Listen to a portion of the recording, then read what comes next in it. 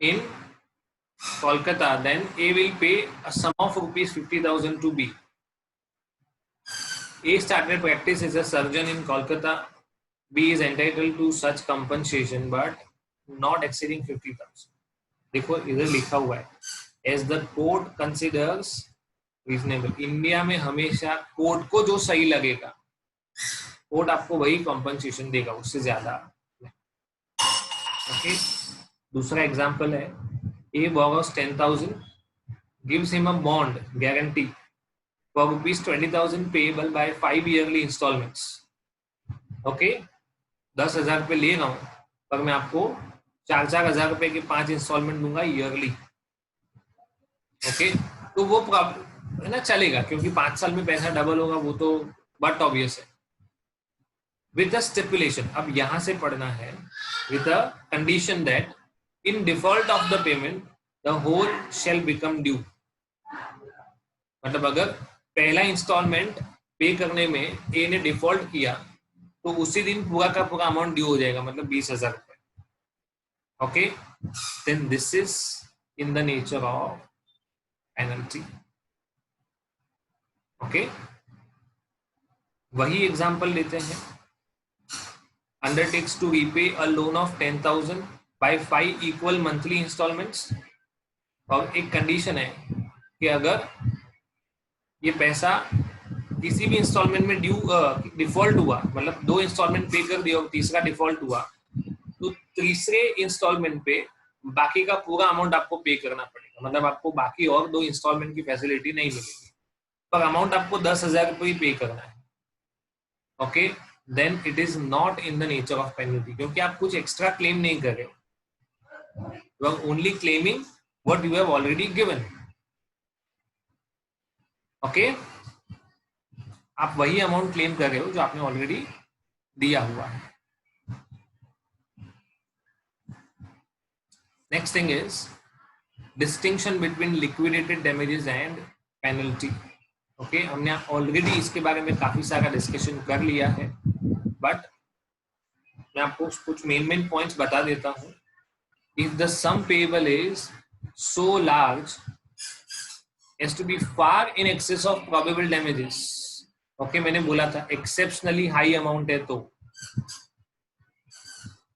क्या होगा, penalty. Okay, where a sum is expressed to be payable on a certain date, मैं आपको किसी एक डेट पे 10,000 रुपए दूंगा, and a further sum in the event of default, अगर डिफॉल्ट हुआ तो 15,000 दूंगा, तो जो एक्स्ट्रा 5,000 रुपए दिए वो पेनल्टी है। द लेटर सम, लेटर मतलब डिफॉल्ट की वजह से जो मैं पे कर रहा हूं, that is extra 5,000, that is the penalty. Okay, चलो अगेन ये बहुत इंपॉर्टेंट है। The expression used by the parties is not final. Parties ने कॉन्ट्रैक्ट करते वक्त उसको बोला कि ये लिक्विडेटेड डैमेजेस है, तो इसका मतलब ये नहीं है कि कोर्ट भी उसको मान लेगा। Okay, court must find out whether the sum fixed in the contract is in truth a penalty और लिक्विडेटेड डैमेजेस। कोर्ट को डिसाइड करना पड़ेगा कि ये सही मायने में लिक्विडेटेड डैमेजेस है या पेनल्टी है। और अगेन द सेम थिंग, अगर एक्सॉर्बिटेंट है then the court will say it is a penalty even if it is termed as liquidated damages. Okay, essence of penalty is payment of money stipulated as a teragram. Teragram मतलब this is acting as a threat। आगे मैंने लिख के बताया था आपको, है ना। The essence of liquidated damages is the genuine pre-estimate. English law makes a distinction, but no such distinction is followed in India. Court must ascertain whether it is a genuine pre-estimate or an exceptionally high amount.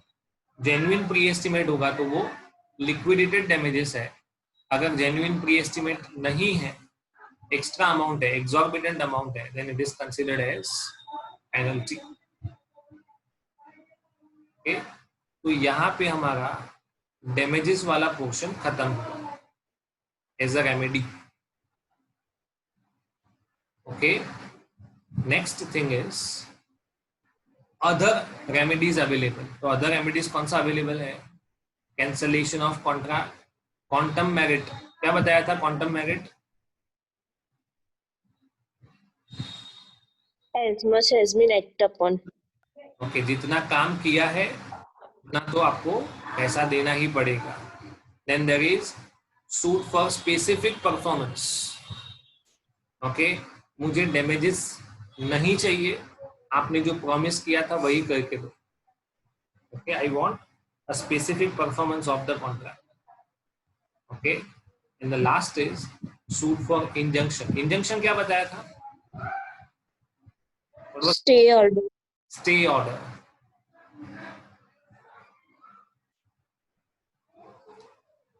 Injunction का मतलब था stay order. Fine. Okay, इसमें ज्यादा focus इस पे होगा, ये important. Okay, रेसिजन का मतलब होगा cancellation of contract. Okay, so whenever a contract is broken by one party, the other party may treat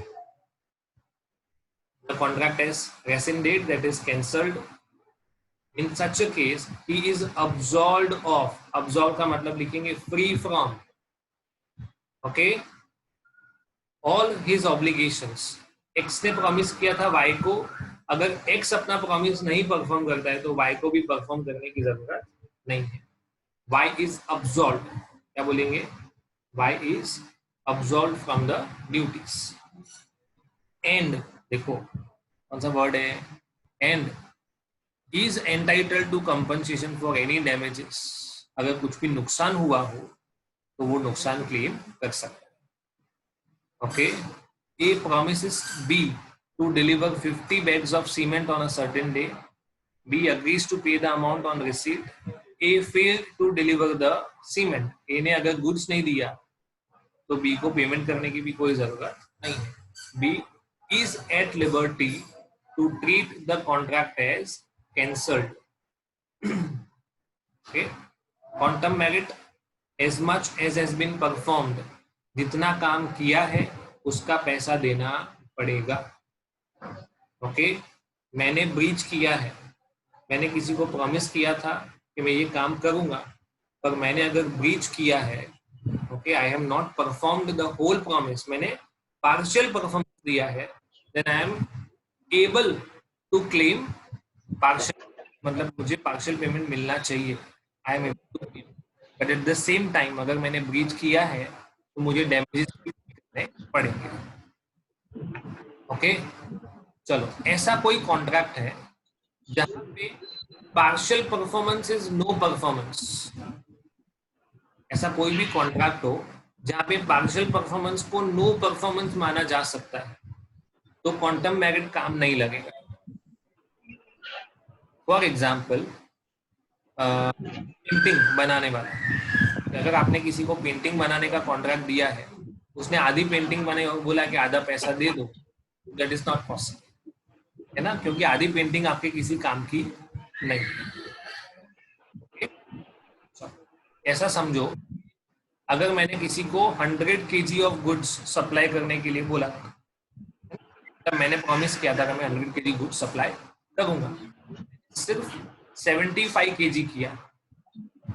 I was able to supply only 75 kg. बाकी का 25 kg मैंने सप्लाई नहीं किया. So even if I have not supplied the whole 100, I am eligible to claim price for 75. जितना perform किया उसका price तो मुझे मिलना ही चाहिए. Okay? Where one person has rendered service to another in circumstances which indicate an understanding between them that it will be paid for, मतलब ये free service नहीं है, although no particular remuneration has been fixed. देखो, ये confirm है कि पे करना पड़ेगा, बट पॉसिबल है कि आपने उसमें कितना पे करना है वो डिसाइडेड नहीं है. टू पे is decided, making payment is confirm, but कितना पेमेंट करना है वो डिसाइडेड नहीं है, या हो भी सकता है, आइदर पॉसिबिलिटीज है. करना है वो कंफर्म है. And in that case, the law will infer a promise to pay. Infer करना मतलब to understand. Quantum merit, that is as much as the party doing the service has deserved. जितना मैंने काम किया है उतना तो मैं डिजर्व करता ही हूँ पेमेंट के लिए. It covers a case where the party injured by the breach had at the time of breach done part but not the work which he is bound to do and seeks to be compensated. उसको compensation मिलना चाहिए, value of the work done.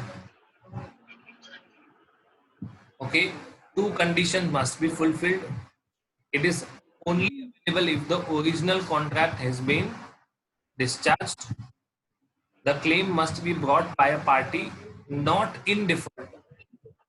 The claim must be brought in by a party not in default. But thanks to the object of allowing a claim on quantum merit is to recompensate the party or person for value of work which he has done. Damages are compensatory.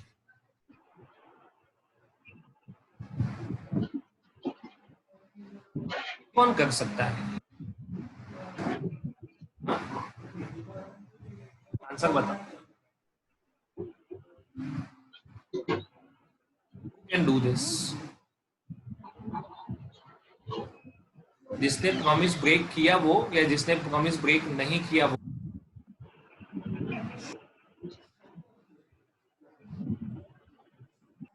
Charger लाओ तुम. Deepu answer दो, चलो फटाफट.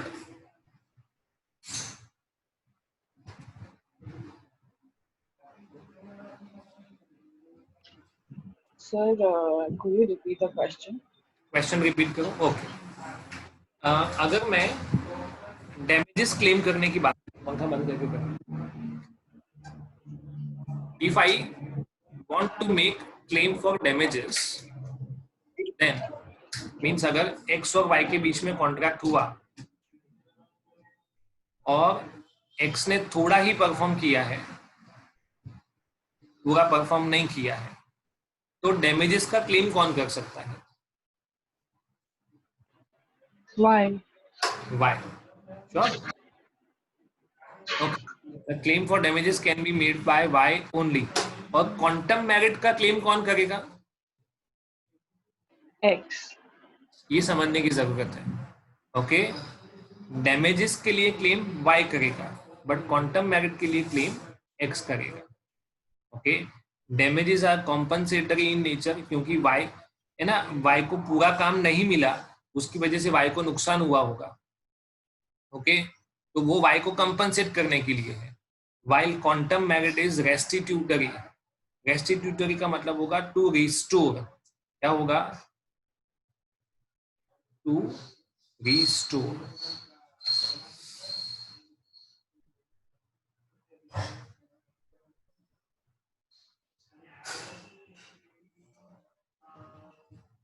मतलब कि जिसने ये breach किया है उसको क्वांटम मेरिट के हिसाब से पेमेंट तो मिलना ही चाहिए.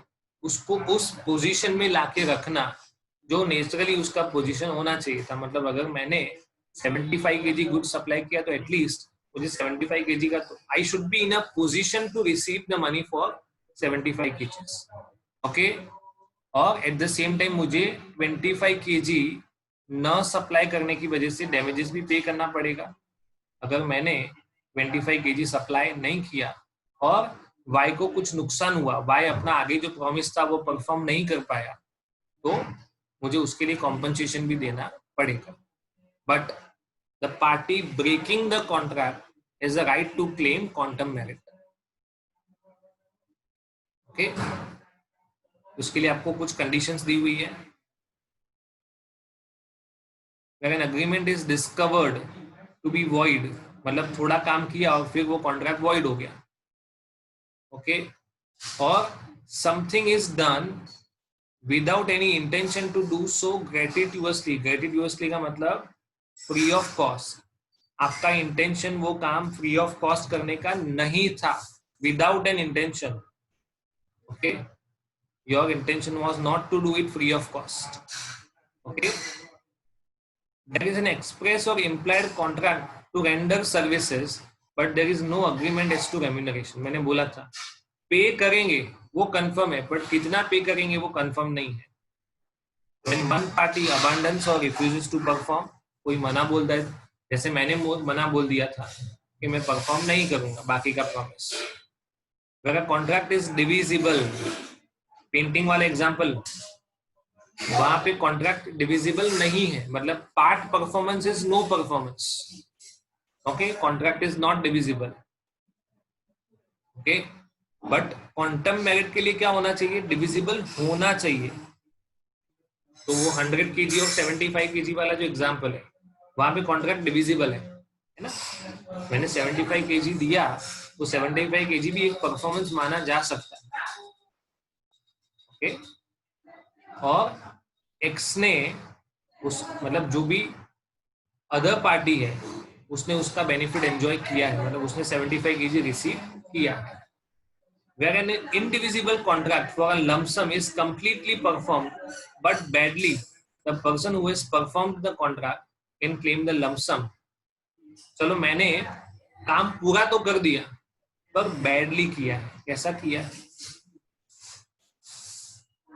तो भी मैं क्लेम तो कर सकता हूं, but at the same time there will be a deduction for bad work. समझो मुझे 10 लाख का प्रॉमिस मिला था कि मैं कोई काम करूंगा और मुझे 10 लाख मिलेंगे. मैंने वो काम पूरा कर दिया पर जो मैनर उसका था वो सही नहीं था. In that case I would be eligible but not for 10 lakh, something lesser than 10 lakh. Okay, X wrongfully revoked. Revoked का मतलब होगा taking back. Y's authority. X ने Y का as an agent, Y was the agent of X, तो उसने Y को जो भी authorities दी थी वो उसने वापस ले ली. Before Y could complete his duties, Y को जो काम दिया हुआ था वो Y कंप्लीट करे उससे पहले ही X ने उसके पास से ड्यूटीज जो अथॉरिटीज थी वो वापस ले ली.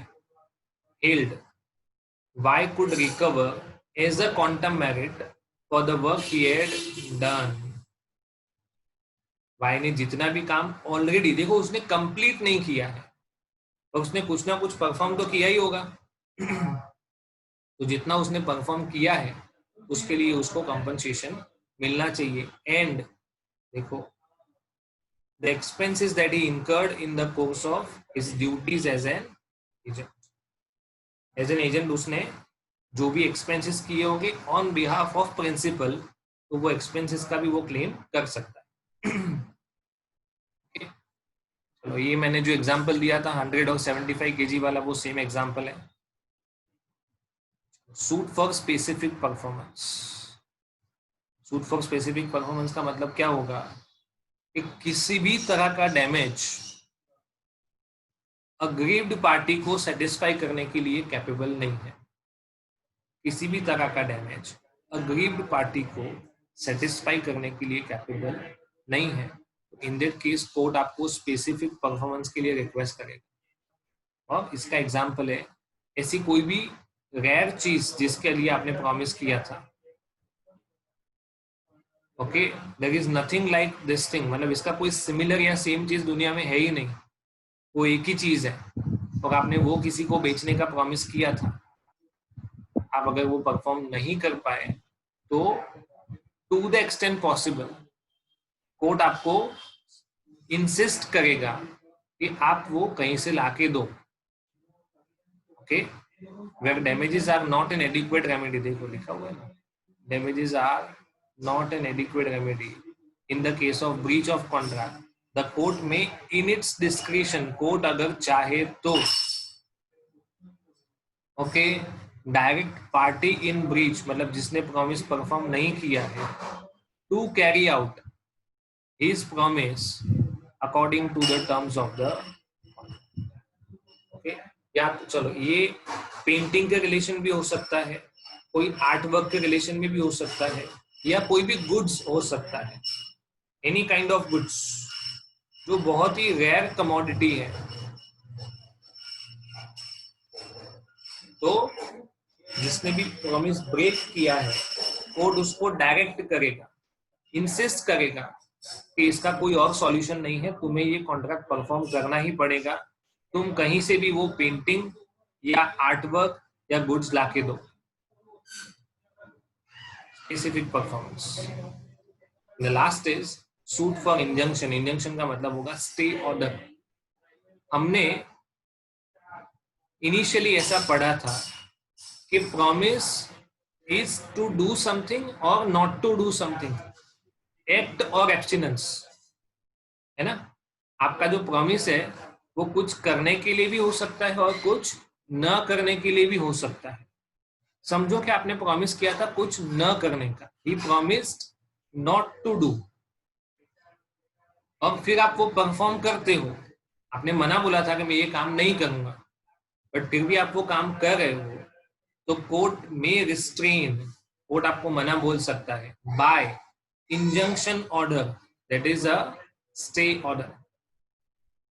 Okay, example, and a film star agreed to act exclusively for a particular producer. ऐसा होता है फिल्म इंडस्ट्री में, है ना, कि मैं आपको एज एन एक्टर साइन कर रहा हूँ तो आपको मेरे साथ मिनिमम 5 मूवीज करनी पड़ेंगी और आपका आगे आने वाले 2 साल का टाइम स्लॉट पूरा मेरा, आप किसी और के साथ काम नहीं करोगे, और आपने वो अग्री किया था।